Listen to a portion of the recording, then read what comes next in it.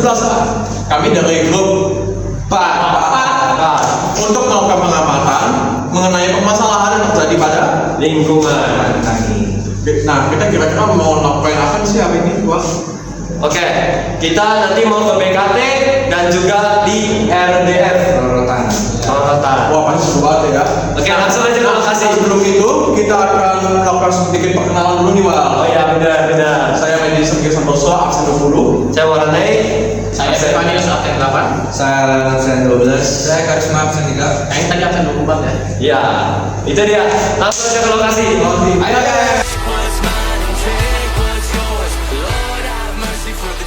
Oke, ini dari tim kelompok 4 dalam perjalanan. Dalam perjalanan menuju BKT. Ini dia timnya. Happy mana? Happy depan, Karisma dan Randy. Ini aku bersama Leon dan aku Warande. Kita langsung saja di BKT. Kita sampainya di Marunde Beach. Itu dia mulai kelihatan. Ini dia tim kelompok 4.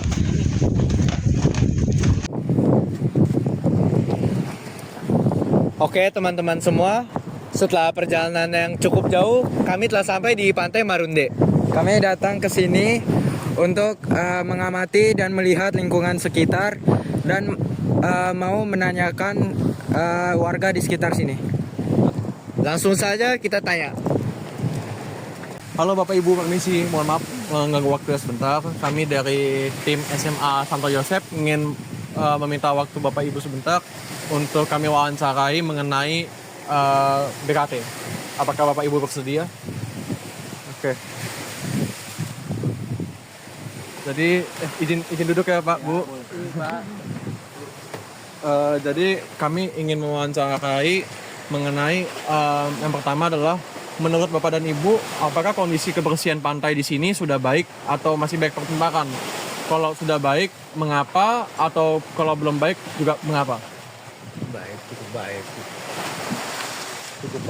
Cukup baik. Oke. Berarti untuk sekitar ini namanya pantai apa ya Bu? Bapak Ibu? Pantai Marunde. Oh, Pantai Marunde ya Bapak Ibu. Oke. Berarti di sini untuk kondisi kebersihan pantai sudah cukup baik ya Pak?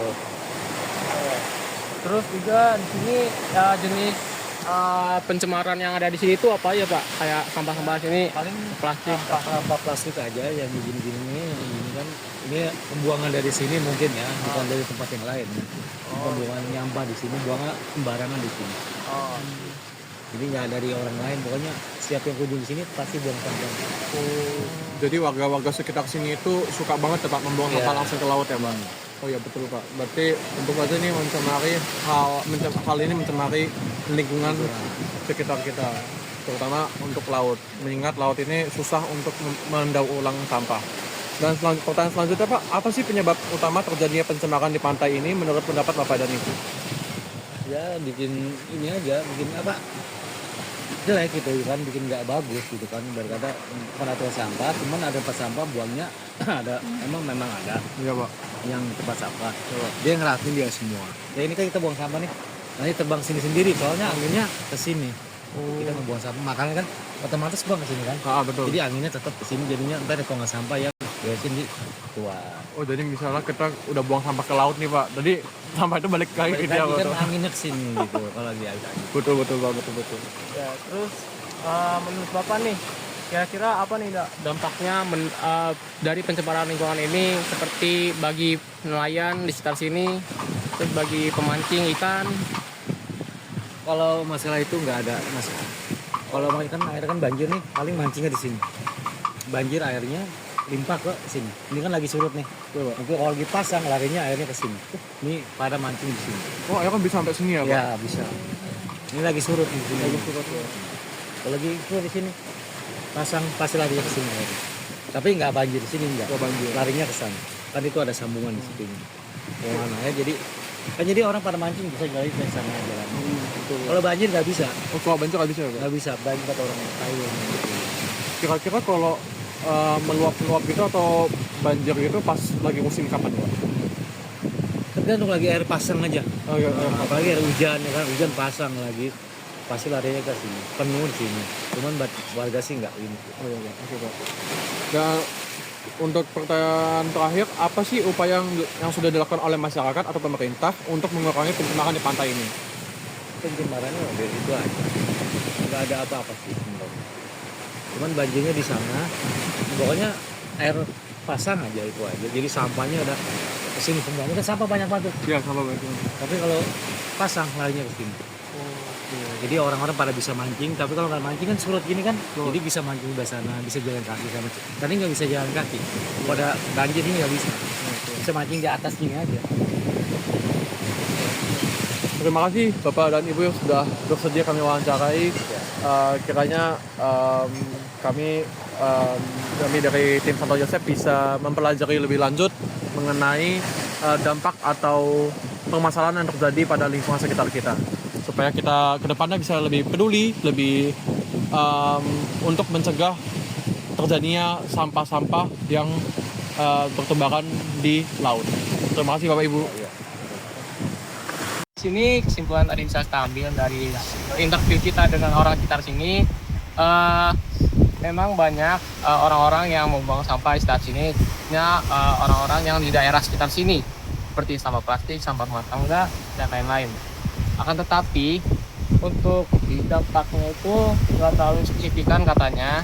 Soalnya sampah yang dibuang sungai di sini itu katanya bakal karena arus air dan juga bakal ke pinggir lah, di tempatnya lah, terbawahannya ke pinggir pantai-pantai sini. Lihat ya, bawah air. Dan untuk dampak buat para nelayan atau para pemancing, katanya sih itu aman-aman aja ya.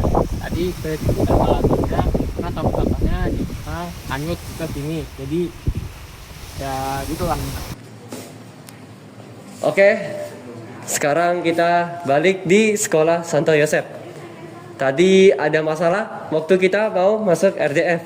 Ternyata kita tidak diperbolehkan untuk masuk ke lingkungan sekitar RDF. Jadi kita balik lagi ke sekolah untuk menjelaskan RDF dan juga permasalahan yang diciptakan dari RDF itu. Baik, kita ulik dulu apa itu RDF. RDF, Refuse Derived Fuel. Nah, dari nama itu artinya itu adalah bahan bakar, fuel kan, bahan bakar yang didapat dari sampah padat. Sampah itu akan diproses, dia akan dipilah, dikeringkan, dicacah, dipadatkan, dan hasilnya menjadi bahan bakar yang bisa dipakai untuk pabrik semen dan juga bisa untuk pembangkit energi. Nah, RDF ini sebenarnya sangat bagus fungsinya.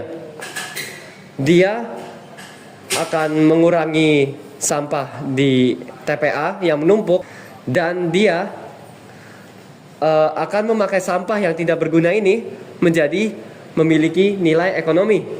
Tetapi sayangnya untuk RDF di rorotan ini masih ada problemnya.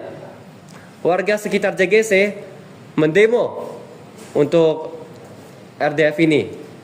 Yang lagi jadi sorotan, bau sampah yang tak kunjung hilang. Bau-bau sampah busuk ya. Nah, ini terjadi setiap hari. Ada yang salah dengan pengoperasian di RDF. Yang tadinya udah sehat, terus sekarang sakit lagi, sakitnya udah berulang. Jadi ini sembuh, besok yang ini sakit, begitu saya batuk pilek pasti di pernafasan lah. Karena mereka mencium bau sampah. Meskipun RDF ini seharusnya tidak mengeluarkan bau sampah, tetapi warga JGC tetap menciumnya. Kenapa tuh? Ternyata penjelasan dari Pramono adalah bahwa yang bau tersebut itu bukan dari hasil pembakaran RDF. Tapi persoalan bau yang utama sebenarnya adalah di pengangkutan, karena air lindinya yang tercecer kemana-mana.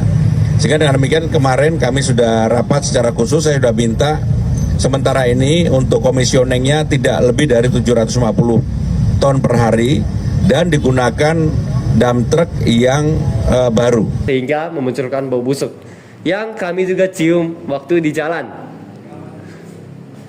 Itu saja untuk pencemaran air dan juga pencemaran udara. Harapan kita adalah agar laut kita menjadi lebih bersih dan masalah di RJF ini segera diselesaikan. Terima kasih, ini dari kelompok 4. Lihat lagi di tugas lainnya. Can you hear the phone?